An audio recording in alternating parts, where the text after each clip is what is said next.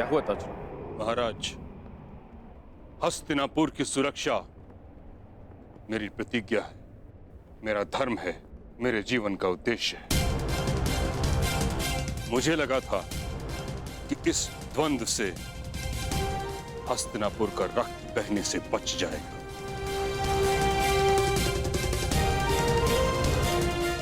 परंतु अब मुझे प्रतीत होता है कि यह द्वंद्व हस्तिनापुर के हित में नहीं।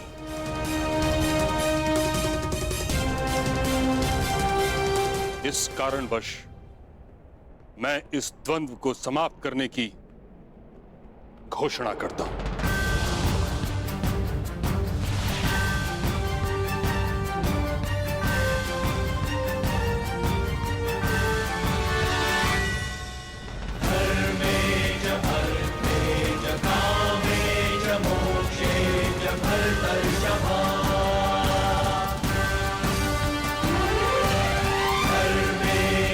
क्योंकि आज अंगराज की विजय हो या अर्जुन की,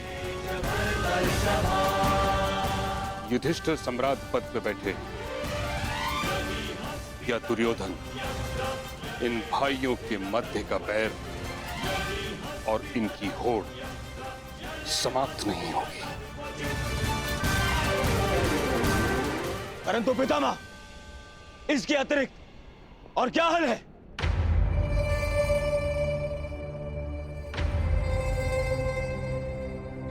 विभाजन, विभाजन, विभाजन।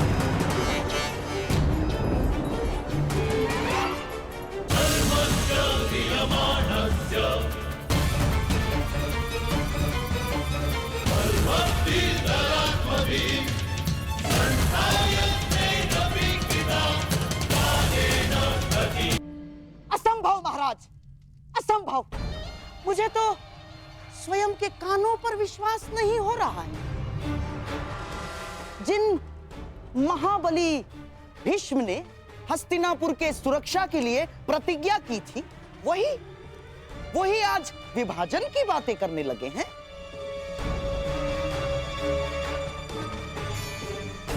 हे ईश्वर, किस दिशा में जा रहा है हस्तिनापुर? क्या यह उचित है?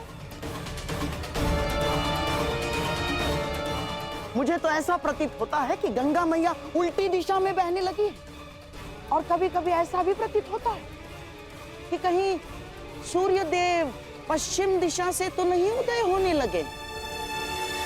गांधार नरेश, गंगा पुत्र ने हस्तिनापुर के सिंहासन को सुरक्षित रखने की प्रतिज्ञा ली थी, और इस समय हस्तिनापुर की सुरक्षा उसके विभाजन में है।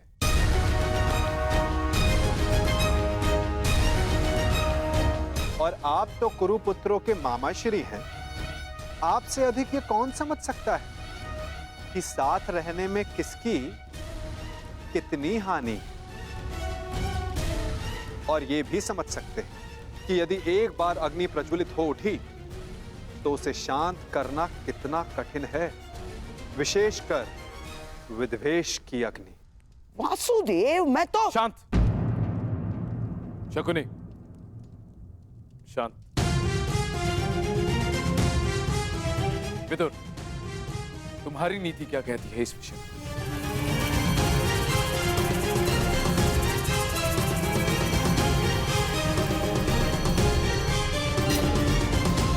जब साथ रहते विकास अवरुद्ध हो तो विभाजन श्रेष्ठ है। महाराज, विदुर ठीक कह रहे हैं। हमारे हाथ केवल विभाजन का संकल्प है, इसलिए राज्य उचित ढंग से और सामान्य भाग में विभाजित होना चाहिए।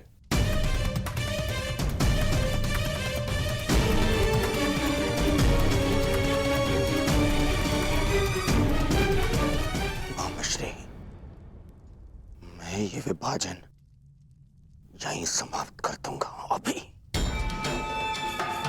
अपने गदा के एक ही प्रहार से इन पांडवों का सिर और सब दोनों चूर-चूर कर दूंगा। अभी देखिए। शांत हो जाओ मेरे होने वाले सम्राट, शांत हो जाओ। देखो, जो काम सुई से हो सकता है उसके लिए तलवार नहीं उठाई जाती। पांडवों को ऐसा विकल्प दूंगा विभाजन का कि वो उसे अस्वीकार कर देंगे, समझ गए? उसके बाद सारा खेल हमारे मुट्ठी में। परंतु नहीं, ये समय कृष्ण के और मेरे मध्य बुद्धि युद्ध का है, इसीलिए मुझे ही आगे रहने दो। ठीक है मामाश्री। हाँ, तो ठीक है। यदि दोनों पक्ष विभाजन के लिए प्रस्तुत हैं, तो यही सही।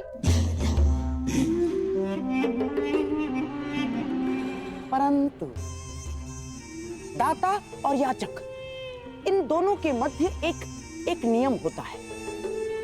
जो दे रहा है वो ही चयन करे। तो इसके नाते विभाजन में पांडवों को कौन सी भूमि मिलेगी, इसका विकल्प देने का अधिकार केवल दुर्योधन का है।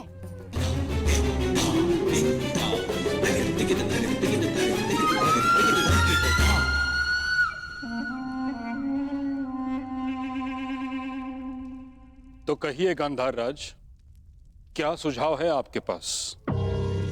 यदि पांडव विभाजन चाहते हैं तो हम उन्हें पांडव प्रस्थ देते हैं।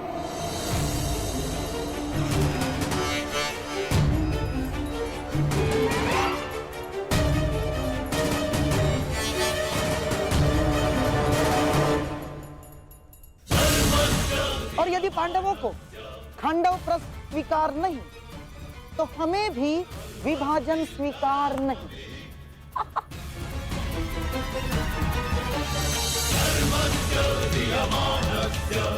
हाँ, तो पांडव यहीं रहे अपने भाइयों के साथ प्रसन्नता से।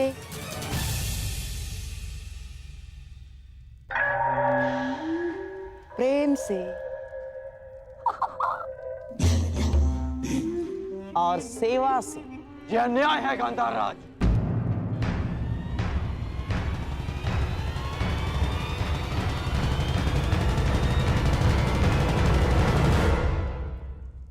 मित्र, तुम देख लो कैसी अनुचित बात कर रही है। खांडव प्रस्थ, उस भूमि पर कांटे तक नहीं उगते। बंजर भूमि है वो, अंग से भी अधिक बंजर, जैसे आप शापित हो। महाराज, यदि विभाजन नीति अनुसार करना है, पांडवों को वो भूमि देना नीति का अपमान है।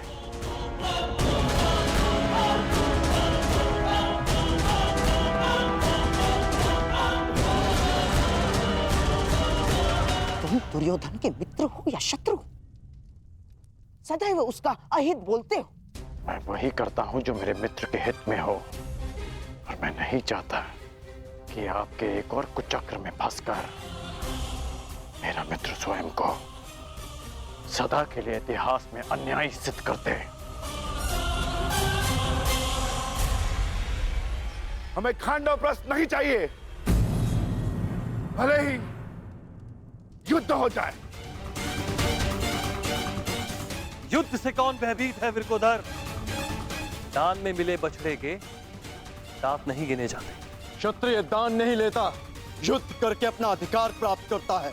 अर्जुन, तुम्हारे बाणों का उत्तर भी है मेरे पास। यदि कुछ चाहिए तो केवल खांडवप्रस्थ ही मिलेगा, अन्यथा कुछ नहीं मिलेगा।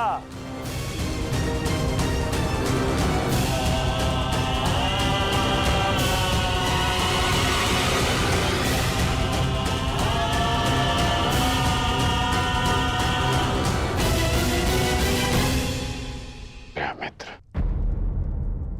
इस अन्याय का भाग मत बनो। अन्याय? अपना अधिकार पाने में कोई अन्याय नहीं है मित्र। राजा, राजा मेरे पिता हैं, इसीलिए हस्तिनापुर पर केवल मेरा और मेरा अधिकार है। इस राज्यसभा में अब या तो उन्हें वो मिलेगा जो मैं चाहता हूं, अन्यथा वो जिसकी जिसकी तुम्हें आकांक्षा है, और वो युद्ध है, युद्ध। इसलिए मामा श्री जो कर रहे हैं उन्हें करने दो।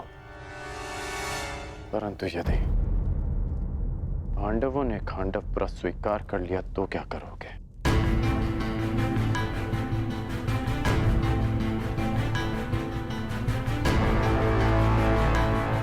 नहीं करेंगे, देखते जाओ।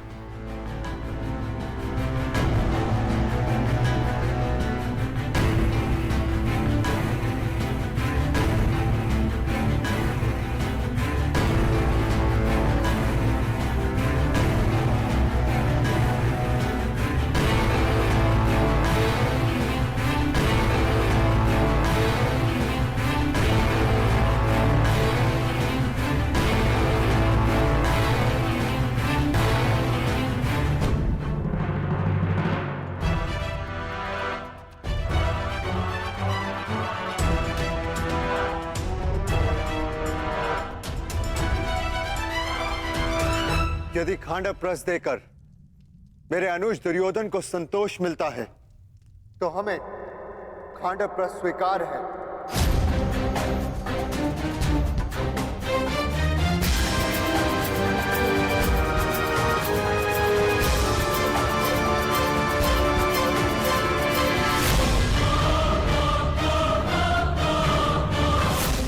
हम 5 भाई जहां भी एक साथ हो, वो स्थान भले ही बंजर हो, लेकिन हमारे लिए स्वर्ग से कम नहीं।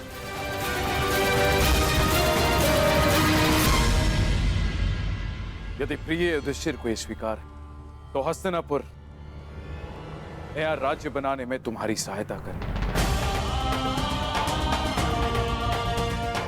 मेरी ओर से तुम्हें 1 सहस्त्र और 8 हाथी, 100 रथ और नया राज्य स्थापित करने के लिए पर्याप्त धन भेंट में दिया जाएगा।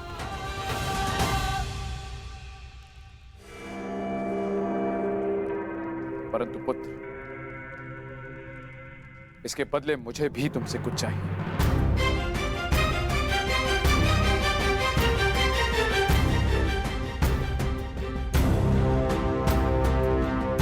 मैंने कौरवों और तुम में कभी भी पक्षपात नहीं किया।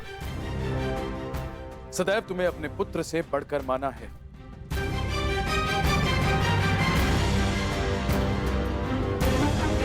तुम 5 भाई सर्वशक्तिशाली हो।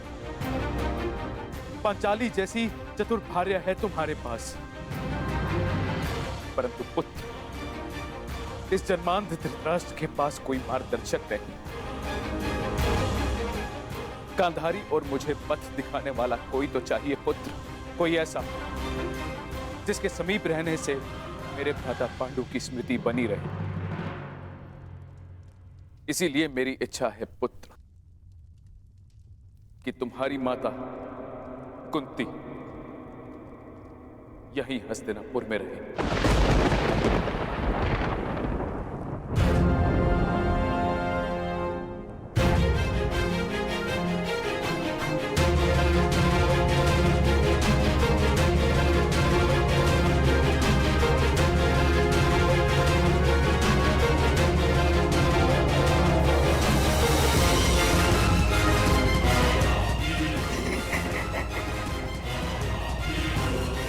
बहुत अच्छे महाराज, बहुत अच्छे। एक बार ही सही, परंतु आपने अपने मस्तिष्क का प्रयोग तो किया। नहीं, यह हमें स्वीकार नहीं।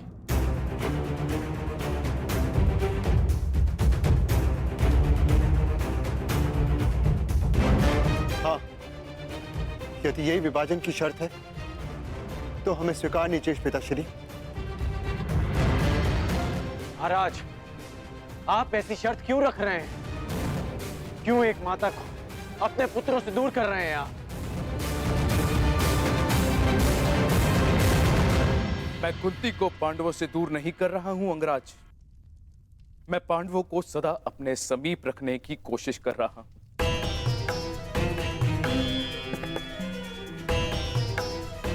कुंती यहाँ हस्तिनापुर में रहेगी तो पांडु पुत्र यहाँ आते जाते रहेंगे। उनका संबंध कभी हस्तिनापुर से समाप्त नहीं होगा।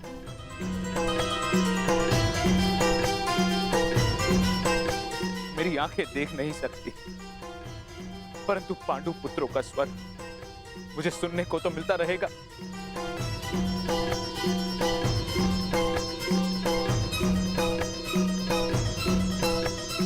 अद्भुत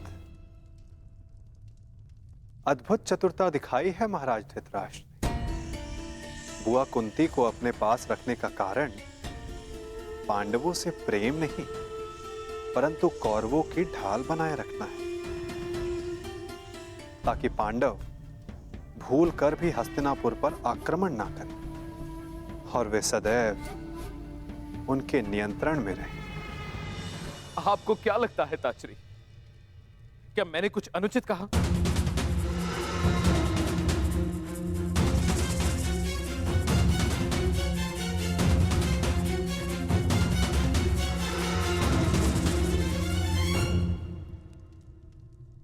हम अपनी माता के बिना नहीं जाएंगे।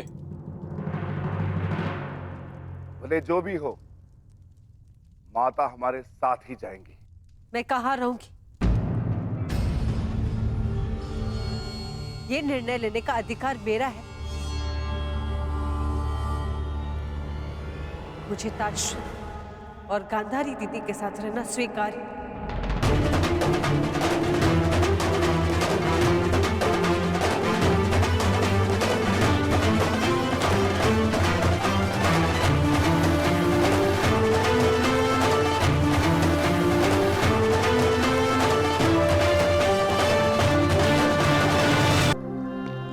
परंतु माता, यह असंभव।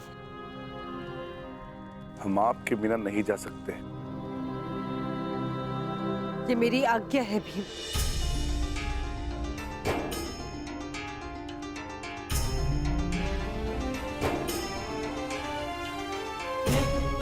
अर्जुन, भीम, जीवन में कुछ निर्णय स्वीकारने में बड़े कठोर हो सकते हैं, चूंकि वे निर्णय नहीं, समय द्वारा ली जाने वाली परीक्षा होती है। यदि बुआ कुंती दोनों परिवारों को एक रखने, महाराज धृतराष्ट्र की इच्छा पूर्ण करने के लिए इतना बड़ा बलिदान दे रही है, तो आप सबको इसका सम्मान करना चाहिए।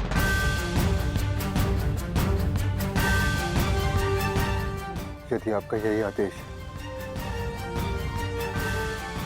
तो हमें स्वीकार है।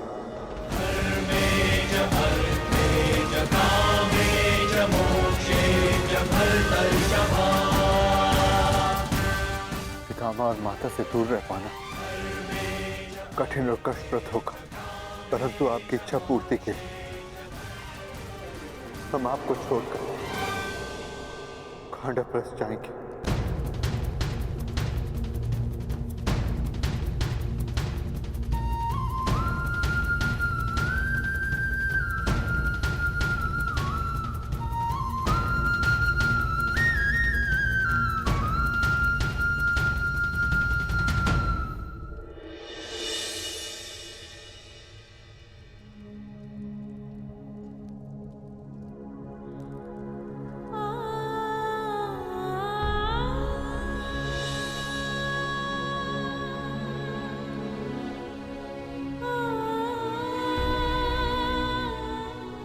ये तुम्हारे परीक्षा की घड़ी है पुत्रों।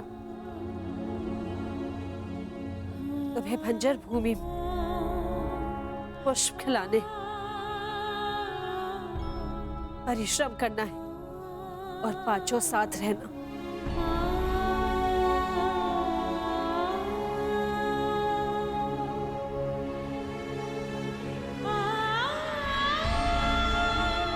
पुत्री पांचाली,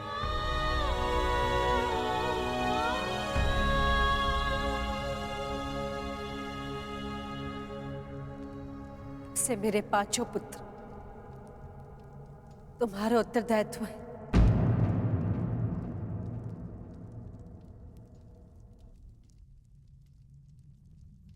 युधिष्ठिर तो सज्जन है, परंतु अर्जुन कभी अपने मन की बात स्पष्ट नहीं करता, इसलिए उसका मन समझने का प्रयास करना। और भीम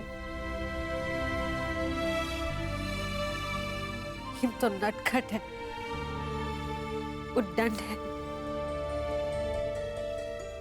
और इसके भोजन का विशेष ध्यान रखना।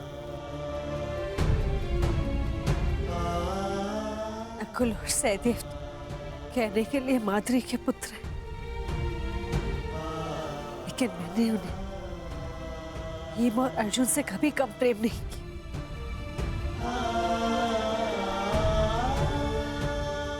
अब तक मैंने इन पांचों भाइयों को एक रखा, अभी उत्तरदायित्व तुम्हारा है यज्ञ सेनी।